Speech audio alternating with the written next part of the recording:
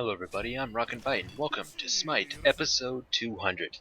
We finally, after the longest journey possible, made it to 200. It's a pretty exciting landmark, and it makes me flash back to 100 being, "You took the video I coveted," which was just after Fafnir had come out. Anyway, this is the non-winter arena. I just actually noticed that. That's pretty sweet. And I want to, first off, I want to thank those who helped me get here to 200. I think it's an exciting milestone to me to actually get this far. I didn't actually think I would be able to get this far. But anyway, I am going to be playing some Bacchus here today because I wanted to play support, but I want to do a little bit of damage as well. So that's where Bacchus comes in, because Bacchus is a man. Having that passive mitigation as well as some free power on his passive, plus the protections on his chug, just sets him up to be an absolute monster. And I don't know who would actually doubt that. But anyway, I've been wanting to add different kinds of content to the channel, which I have succeeded in part with Jalopy. And I'm going to continue doing that as well, but I'm not going to be stopping with Smite, because Smite is my most long-standing thing, and is what most people who have viewed my content have come for, has been Smite, so I'm not just going to throw that aside and pass it up. But yeah, so Smite will be the main goal of the channel. Something I should also throw out here, I am doing, I'm dubbing the audio over here with my voice after the fact. I just played this match and I was getting some stuff together so I can go ahead and dub over now. I'm not going to do this for all the styles of it. This is just something to do for 200 because I want to mix it up a little bit. But I will be doing the classic style, so to speak, where I just do the audio, my voice, while playing, because that is more relevant to what's happening in a game. For the most part, it's just going to be me talking over what's happening there. But I'm not sure if you noticed, but I did increase the color of Smite to make it a little brighter because I thought it was looking a little washed out. That might just be my monitor, so maybe I made it too bright and it's just an atrocious monster that looks cartoony, but I don't know. Just let me know in the comments what you think with that. But oh yeah, here we go. Thor coming down there. Anyway, we're gonna be fighting.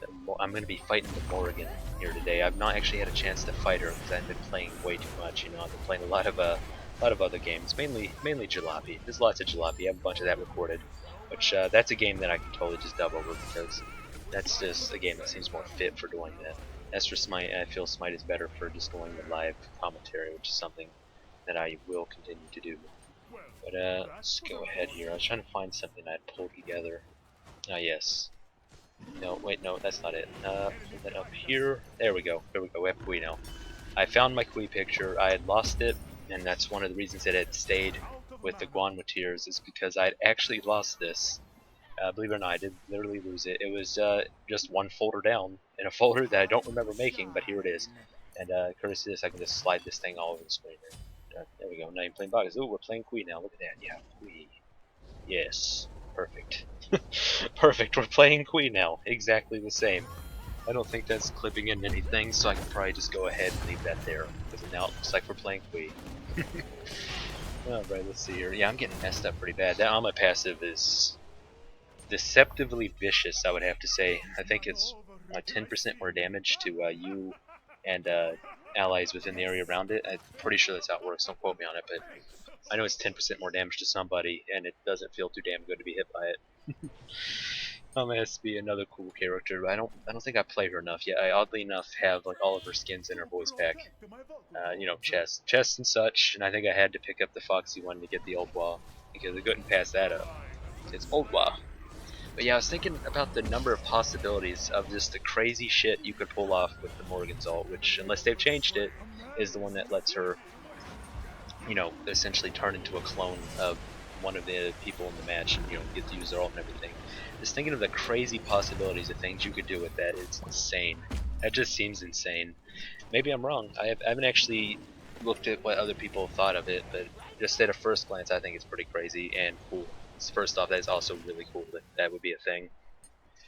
Just the versatility and what the enemies have to do to adapt around it. Like oh, there's the Morgan over there. Well, okay, just go get her. Oh no, now she's the tank. Oh crap, here comes the tank's ult. It's like a Sobek ult. You don't want to deal with that. Now gonna kill Sobek in his ult. He's gonna jump down there, get his protections, and personalize their protections. The Morgan will have it rather, or his, depending if he has any. By the way, it's 30% bonus, plus the damage and whatever power he may or may not have. I'm pretty sure that's how it works, and I think it copies the level. I haven't had a chance to use it. I'll definitely get some footage of it in the future, just because I sort of have to.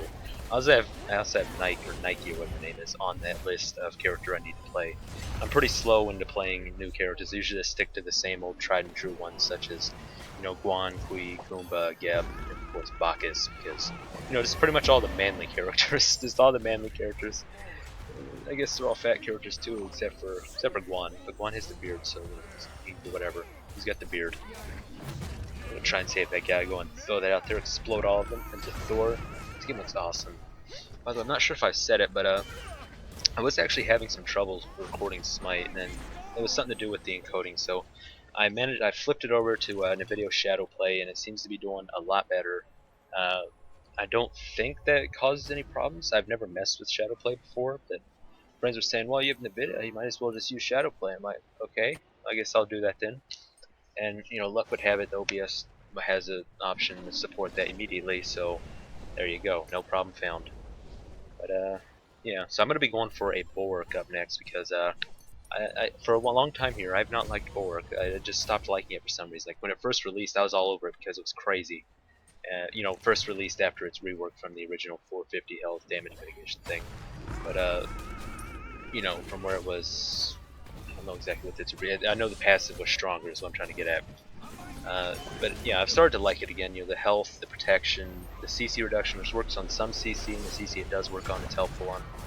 And most importantly, still, is the passive is actually really good. It's I think it's like 150 plus 10 a level, which doesn't seem like a lot, but in a pinch, that can really be quite a large amount of health just to pick up for free to give it absorption. It's like getting shielded by an earlier Geb, and I think it might scale up higher. Thankfully, since I'm doing it like this, I can just whip up the calculator here, just do whatever I want. Oh my goodness, that's pretty cool. I can do that. So yeah, it'd be 350. I think the Geb shield actually gets higher, but it's whatever. It's nice to have. It's just nice to have. Now I could have picked up Heartward to do the more support-esque one, but as I think I said, I wanted to play more of the damage warrior bruiser style Bacchus, which is always a nice thing to play, where I just go for some personal survivability and then get a little bit of damage to try and go after that. And of all the Guardians, I think him, Ping Pong, and of course Crack, and all those can really do it pretty well. Bacchus having his 2 being like 250, I think, 280, plus 70%, I believe. He has the scaling for it, so I'm trying to get out here. He has the scaling to go like that, plus the beefiness to build a little bit of protection. And then his passive will compensate, and the burp, excuse me, and the chug will compensate for what you're missing out on. By the way, it looks like the Ama ult just bugged there as well. As you saw there, it's like she came down for that last jump and then got stunned as she hit the ground there. And then it did it while she was CC'd but didn't hit anybody. So here I am just calling it out to see if anyone else saw it or if it's just on my end. Of course, you guys will see it on the video here, so someone can let me know what happened there. Maybe it's brought up through ping. My ping at the time was somewhere around 50 or 60, but I don't know how pings interact between different people, so it's whatever. But if anyone knows exactly what happened there, if maybe there's a bug with Ama's ult, I mean, I wouldn't doubt it. I'm pretty sure Guan's ult is still bugged, in the sense where whenever you use his ult, it does take mana at the start, which, fair enough. But if you right-click the cancel early, it'll charge you again. I haven't checked that in maybe 2 months, but I have footage of it going back a long time. And for the longest time, I was completely blind to it. And that's one of the things that always just sort of fucked with me a little bit when I was playing Guan. It's like, oh, I have enough to do my ult, jump off, cancel the stun there, then come through with the dash for the finisher. A little unnecessary, but flashy. What's the point of playing if you're not being flashy? But then you're like, oh wait, now I don't have any mana. What the hell happened to my mana? Did I just spend it all? Yeah, it's sort of 240 mana cost ult, sort of vicious, especially when your max mana pool at level 20 is like 800 something, I believe. It's just something there. They might have fixed it. I don't know. I'll have to take it somewhere and look over it and see if it still does that. If so, I guess I could file a report with Hi-Res about it, which I had to do at one point, and I think some other people did as well. Back after Guan's rework, where he was shredding his own protections off of himself as well as the enemies, so it doesn't matter. It doesn't matter. I'm pretty sure the enemy got shredded, unless it was like reverse giving them your protections. But I think it was just shredding them both. Thankfully, that was promptly fixed, and I'm very thankful to Hi-Res for that because it's pretty rough sometimes playing Guan like that. Looks like there's a Thor ult coming in, and it's going to jump directly onto the Cupid. But the mind game about it is, it could be Thor ulting, or it could be the Morrigan pretending to be Thor doing the Thor ult. That's just the thing. You could have a double Thor ult. That's terrifying. Just to have two Thors slamming down on you.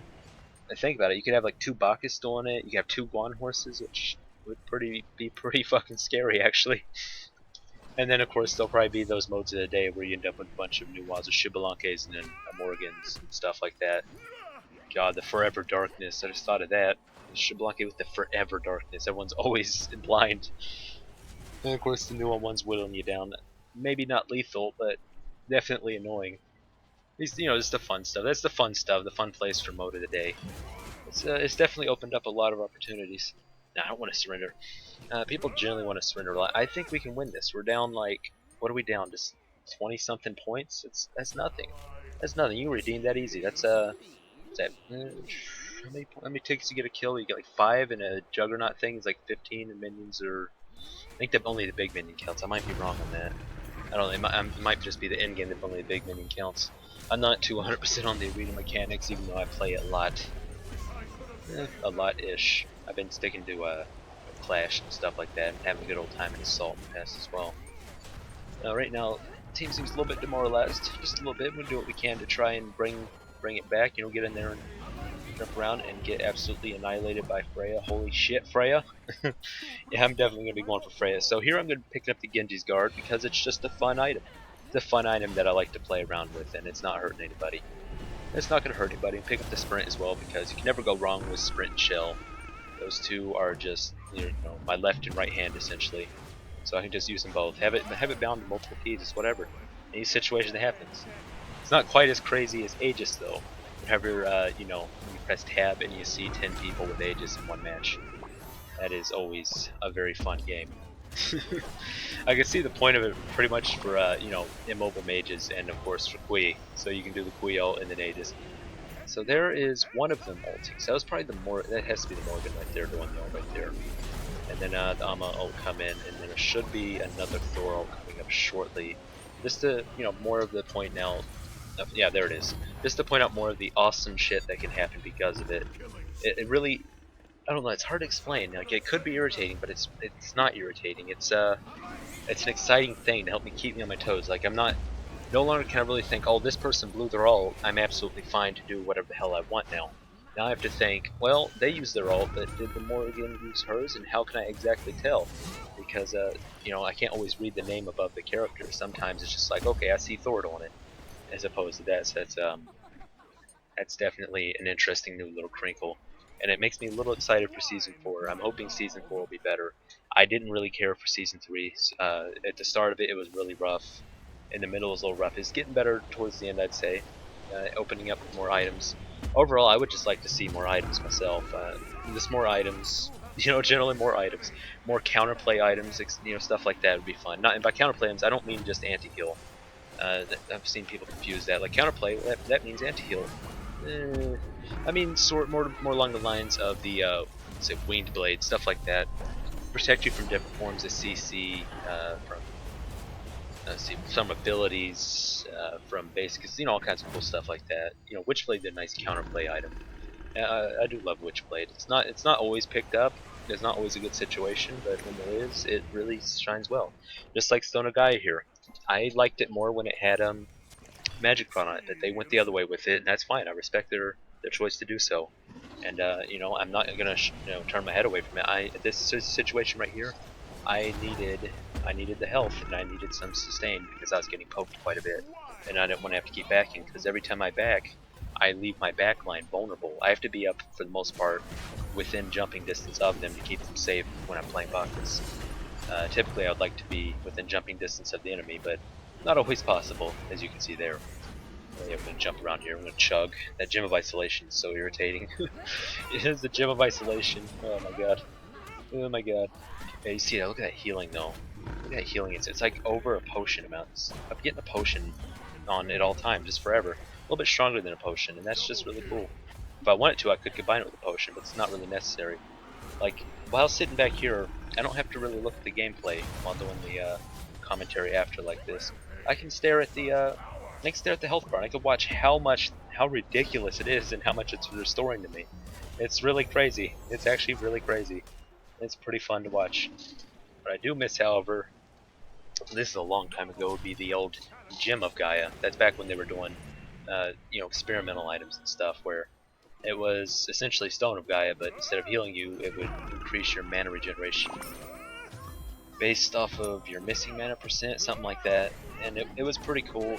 I don't think it restored enough mana, but other than that, it was a pretty cool item. And it's unfortunate that whenever they did the item shop switch, this years ago, I think, whenever they swapped it up, while it did make it more uniform, I think it took away some creativity. And you could sort of see it. You could sort of see it in items like there's the Witchblade, how it veers off of the other path there, off to the left. I think there's another item. I don't have actually access to look at it right now, but I know there's another item that where it looks like it's just an offshoot and doesn't belong there. And I don't know. I'm sure that they'll solve pretty much any problem because they have a big team for Smite, and I always look forward to seeing any patch just for anything. I'm not really so much excited for skins. I'm more or less excited for just some new items. I just want some new items, just some more items in the game. I understand items are pretty hard to balance as well. Was that a double top? I can see. I mean, it's all more or less one-shot squishies already, so you get two of those. I mean, you're blowing up entire teams provided they can land it. I myself have not actually had an opportunity to play Thoth. He's on the list. One day I'll do it. I just haven't had the drive to play him. But he is there. Same with Nike. She's on the list. I haven't had the drive. Same with Morgan. On the list. No drive to play her.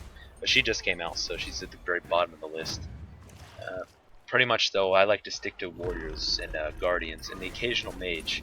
Usually the occasional mage is just Zhang because he's sort of a magical warrior anyway. So I guess that doesn't count as a mage, but I'm gonna go ahead and use their system for it anyway. Oh, oh yeah, that's right. Yeah, unfortunately we did surrender here, and I don't necessarily think that was required for us to surrender there. At because the score was close. We could have pull that to the side.